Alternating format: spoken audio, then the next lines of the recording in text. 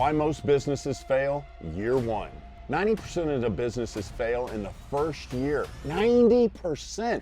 That means you're starting in business. Right now, the odds are stacked against you. I'm Andy Dunning. I've been in business for 35 years. I've built and sold multiple 8-figure companies, and I've seen thousands of businesses fail. Every single failure follows the same predictable patterns. Hey, the good news is these failures are completely preventable if you know what to look for. The bad news is most of you don't. You're too stubborn and too naive to listen to the facts. Today, I'm going to break down 7 reasons why most businesses fail in year one, and then more importantly, how to make sure you're not that business that fails in year one. Pay attention, because what I'm about to share with you could be the difference between becoming a statistic or being successful. Failure reason 1, no real market demand. The problem, building something nobody wants. You can't just go in and say, here, I'm getting in business. You have to actually have a plan. You have to know a niche or an industry that you want to be in that solves a problem. Because if you can solve somebody's problem, you've got a business to build. Assuming demand exists without validation, you need to get that validation around that this problem is something that needs to be solved for other businesses. If you build it, they will come mentality. Absolutely wrong to be, because guess what? If you don't have the facts behind you and the data, they're not going to come due to your business. Reality check. Market research isn't optional. Man, you've got to stop and find out if that data you're looking at is data that's important enough to build a business around. Talk to actual customers before building it. Find out what their needs are, what the problems that they have in their business that need to be solved.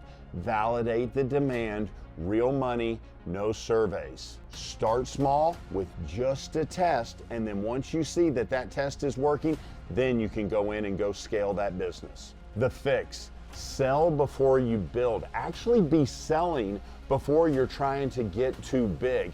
Get pre-orders in place, deposits, prove the demand, and then you can start with that MVP, minimum variable product. Listen, the market will give you all the feedback you need in order to grow. Failure 2, running out of cash. Cash flow is king. See, the problem is underestimating your startup cost. No cash flow, no management. You don't know how much money you've got in the bank, and if you don't know what your cash flow is, you're going to either spend yourself out of business or you're going to get billed out of business. Spending on wrong things in the beginning. You need to have a list of items that you know are critical to your business, and don't loan money out when you're doing that. Let me give you a quick story. I was floating millions of dollars in the auction business at one point in time. I wasn't watching our cash flow, and I wasn't keeping up with the triggers that were being signaled to me on how to cover this part of the business. What did I do? I got myself in a trap. How did I fix that? I went back in. I had to learn what my cash flow was, when it's coming in, why I wasn't getting the cash flow in at the time I needed it. So the reality of cash flow is it takes longer to get profitable than expected. So you need to plan out all your expenses. You're always going to have unexpected expenses. You're going to have things that pop up. You're in a new business. You're starting out. And when that happens, you always have problems pop up. And you're going to step on a landmine every now and then. Revenue does not always equal cash in hand. Prime to why I said understanding your cash flow is so important, because see, you've got all this money coming in, you're selling products, but you don't have the cash in hand yet, and you're going to have so much more outflow going. You've got seasonal fluctuations. That'll kill your business. You need to have a consistent revenue source at all times. Here's the solution to that, so this doesn't happen to you. 6 to 12 months operating expenses saved. At the beginning, that's extremely tough. So you'll probably be more on that 6 month side, but you've got to know that you've got that there, because you're building to get through that first part of the year, which, like we said, 90% of the businesses fail in that first year. This is your toughest time, and this is why you've always got to be tracking your cash flow daily, not monthly. Know your cash conversion cycle. Know when your cash is coming in, know when your outflows are going out. Conservative revenue projections. Never overestimate what you think you're going to make. Always use worst case scenarios to get you to profitability. Failure reason 3, wrong team or no team. See the problem, trying to do everything yourself. You're building yourself to be the bottleneck for your company. You might go into hiring friends, family, instead of actually going out there and hiring talent that's going to help you grow your business, not hiring for a cultural fit. Example, early hiring mistakes that I've made are ones where I brought in family first. Even though it was a family business, the core of the business was family. But then I brought in some other members of the family to come in and work for us at the same time. They didn't have the same goals, they didn't have the same priorities that I had. They were just looking to have a job. Next, go into team building failures that you could possibly run into. You hire too fast, you're too desperate, you're just looking for somebody with a heartbeat to fill a space instead of finding somebody that you can truly train and build into the systems that you're trying to do. Not firing bad hires quickly. I have made this mistake multiple times and learned from it each time. You hire fast and you fire even faster. Lack of leadership. Guys, lack of leadership development will always kill your system. That's what we do as leaders, as coaches, as mentors. Our job is to build leaders within our company. The faster we can build leaders in the company, the faster we can scale, the faster we can grow. The right approach. Hire slow, fire fast. Now, I just said a minute ago, hire fast, fire fast. There's two scenarios at this. What it comes down to is, what is the position you're hiring for? If you're just hiring for general day labor, that's when you're hiring fast and firing fast. But when you're hiring management, you're hiring leadership, and you're hiring people to grow within your company, you hire slowly, you learn, find out about them, find out whether they're going to fit into the culture of what you've already built. Then once you've got them in, if they don't fit into that culture and you've misread that situation, you fire them and you get on to the next one and you build on that. Attitude over skills. Always take a positive attitude over skills every time. Always go in, have clear job descriptions and expectations. Invest in training and development. This is where you're going to build your leaders. This is how you're going to teach them how to grow. And that's where your whole team grows and you build that culture. Failure reason number 4, no systems or process. See, the problem is everything is in the founder's head, or you're winging it every day, or you don't document the things that need to be done as in your processes. Guys, I can tell you when you're growing fast, you're trying to wing it, and that is not the way to do it, because what happens is then you think, okay, well, here I've got a problem, I'll spend my way out of that problem. That does not work over a long period of time. That will kill your business. Then you have you're not documenting your processes. Well, how are you going to teach your team if you're not documenting those processes so that they know this is the consistent way we're going to do business as we grow? See, without those processes, you can't scale and you can't delegate. If you have those processes in place, it gives you that opportunity to be able to scale your company, scale your leaders, scale your team, and then you can delegate everything throughout it. So you, as the founder and as the leader, you're not caught up in the day-to-day work. You're able to step back and make the company grow. System failures, reinventing the wheel consistently. Guys, find something, stick with it. You want to see how it goes. You have to give it time to grow, time to build, time to, as a wheel, start that turning and building up that momentum. If you don't give it that, all you're going to do is fail. See, inconsistency with customers, with their experience, those are the things that are also going to cause you to fail. Quality control issues. See, the founder becomes the bottleneck, like I said in the beginning, because we're constantly going in trying to change something because we think, oh, hey, this new gimmick is going to be what works. That's not what works. Consistency works. Building systems. Document everything step by step. And the reason it's important to do it where you document everything step by step so that you're able to teach. So when one person falls out of the system, you can plug somebody else back in immediately because they've already learned that step-by-step process, or it's documented out for them to be able to do it. Then you go through, you create checklists on your procedures. They know when they go through that checklist, they're not messing up because they've gone through and checked off every box they need to do. You train others to follow the same system. You're doing it based on consistency. Everybody's on that same process. Next, consistently improve your processes. Go through, refine them every time that you think you've built out a system and you're like, okay, we nailed it. Nope, go back through, look at it again. There's going to be a little thing that can either speed up the process or actually provide better service for a customer by looking at it on a regular basis. Failure reason 5, poor financial management. And guys, the problem, not understanding your own numbers. This is huge, guys. You have got to be able to go through and plan based on the numbers that you have estimated that you're going to need to stay open. Mixing personal and business finances, next huge thing. As a small business owner, you're always taking money out of your own pocket to help keep the company going. Well, guess what? You need to separate that out. You need to get it to where the company is standing on its own and you're not having to dig back into your personal well every single time. As the owner, you need to be setting yourself up to get paid at the same time. You always make sure everybody in the company is paid.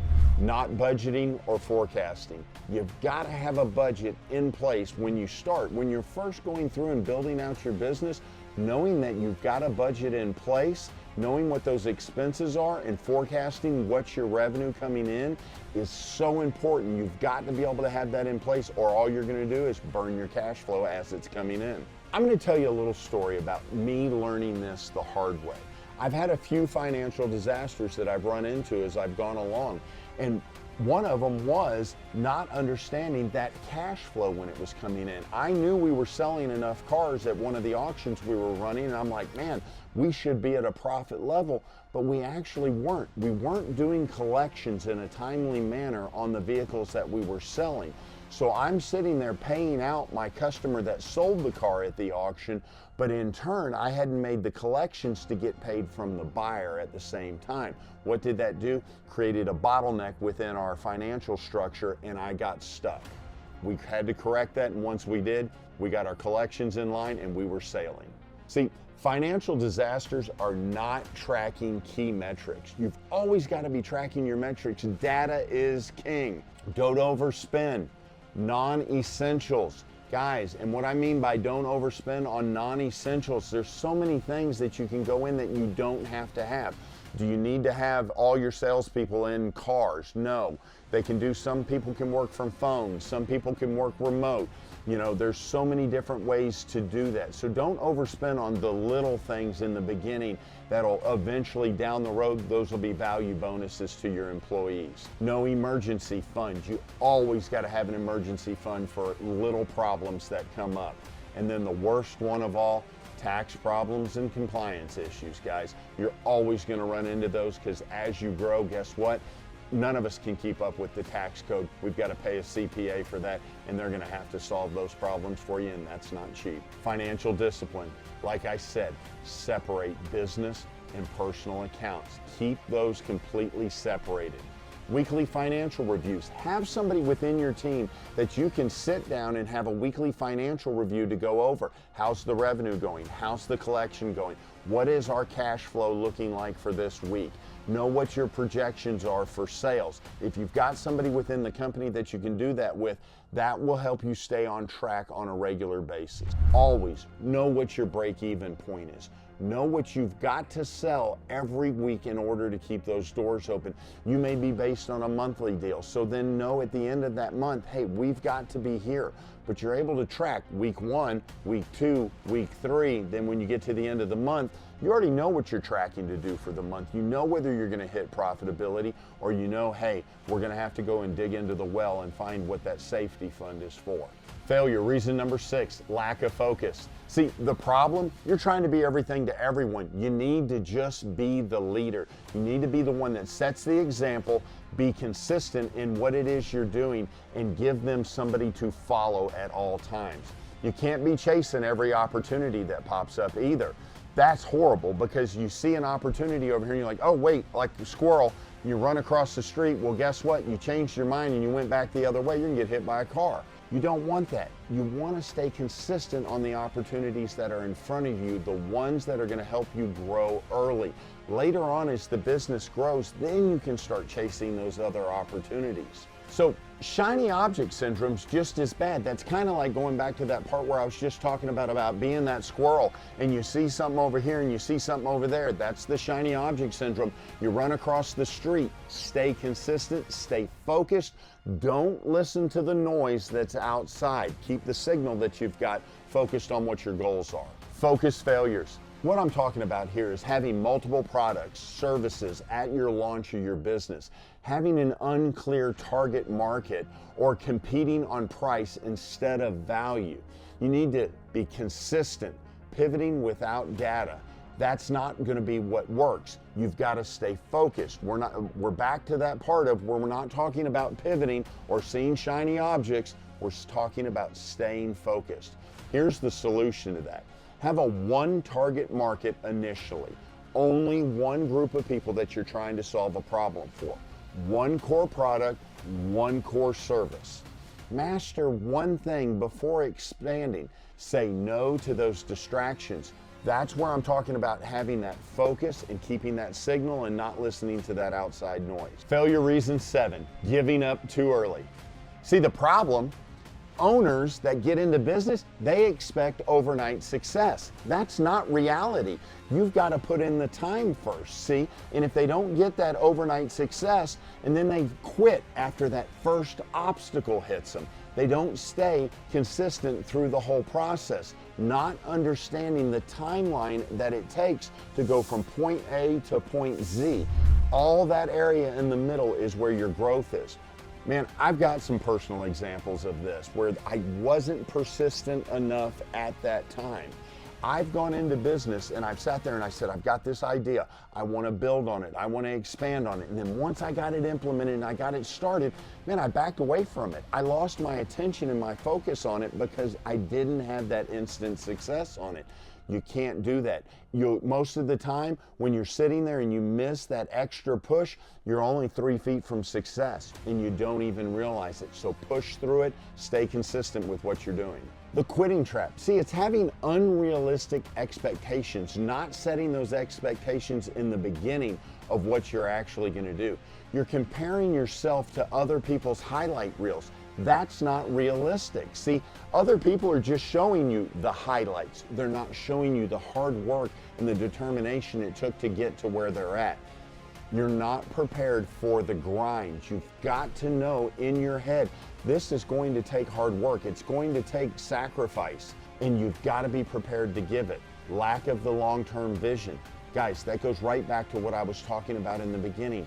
You were focused on just short-term immediate success. It's a long-term vision. See, the persistent principle. Success takes longer than expected, and that's what people have to understand. Obstacles are all part of this process. You're going to run into them, one obstacle after another. It's how you learn to deal with those obstacles. See, you learn from every single setback. You know, never quit, always adapt. That is what it takes to be a leader and a business owner. What separates survivors from failures? Validate demand before building. Manage that cash flow obsessively. Build your right team slowly. Have the right people around you. Create your systems from day one that step you all the way through your growth. Understanding your numbers. Stay laser focused, never give up, and always adapt. Guys, I have a personal success story. I got it from following these principles. I built an empire. I made mistakes though, and I learned lessons along the way. There were so many things that were in my way that I want to go through and teach you so you don't have to go through those. That's the reason people like us come and talk to people like you, so that we can give you the shortcut to not make the same mistakes that we did. So here's your challenge. Most viewers will watch this and do absolutely nothing. But guess what? There's a few of you that'll implement these lessons. Which type of person are you? Pick your biggest weakness from a list and then create an action plan to address it. Start implementing today. Don't wait till tomorrow to do that. Make that list today and start implementing from it. Business failure isn't inevitable. these problems are solvable. Success requires discipline and systems. Hey, subscribe for more. For brutal truths, I'm going to give them to you. Like, share. If you know somebody that needs this information, get it to them, and then come back and I'll have you some more.